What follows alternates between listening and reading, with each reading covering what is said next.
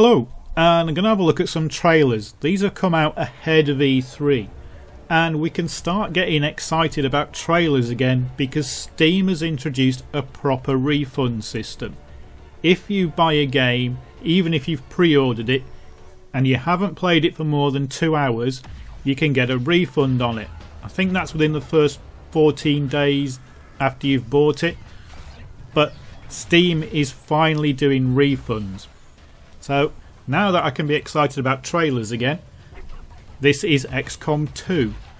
Now, the remake of XCOM that was released wasn't that great. The AI for the creatures was bad, the cover system was bad, you could shoot through walls, so it had its problems.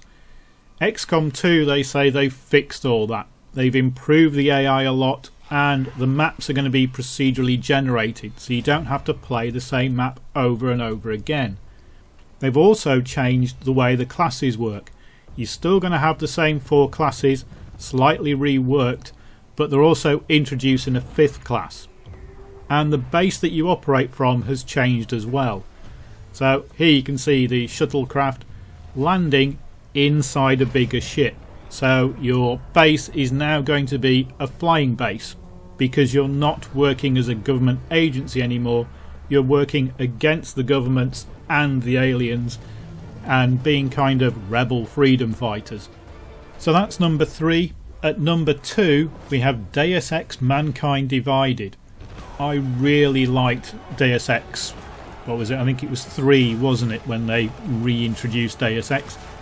It was the perfect balance for a stealth game, because you could go through and stealth it, or you could go through and just fight your way through it.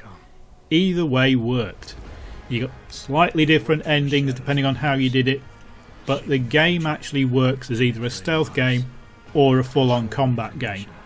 Now they are changing the combat around for this version.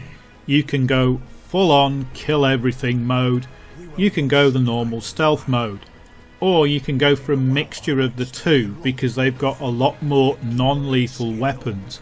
So you can go through and take people out, but in a non-lethal way. So you've now really got 3 different ways of playing it: a stealth game, a non-violent game, and a violent game.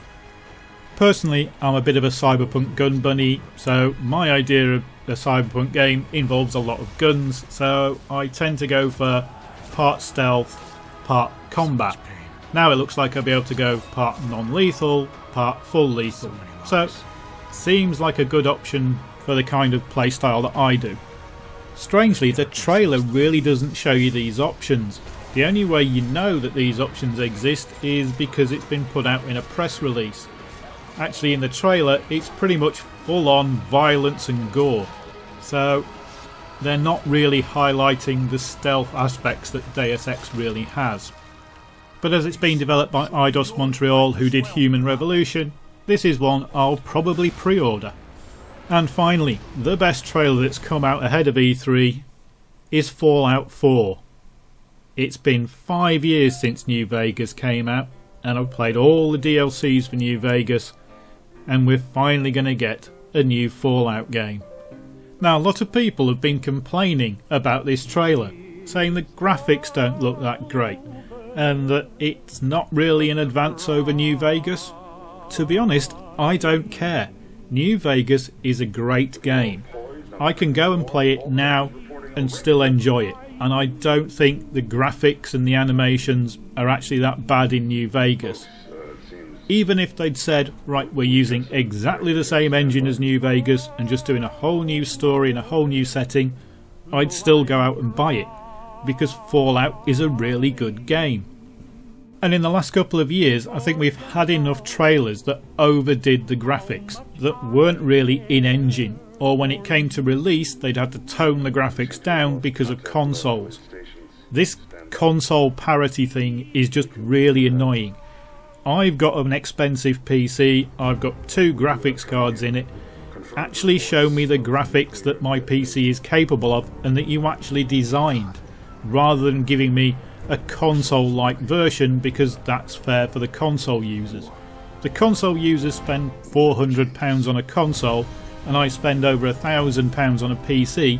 my PC should look better than their console. Sorry, but that's just the way it is.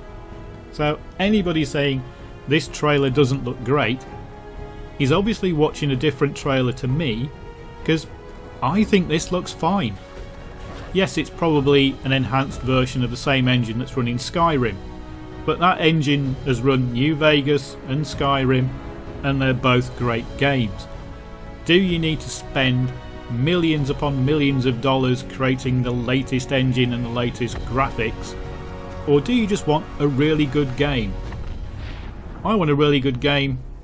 Fallout 4 looks like it's going to be that. Now, this game is already available to pre-order, even though there's no release date for it. All Game in the UK are saying is that it's available in 2015 and it'll cost 40 quid to pre-order. Let's go, pal. But I'll probably wait because I want the fancy collector's edition. So Fallout 4 is probably the best trailer and may well be the best game of 2015.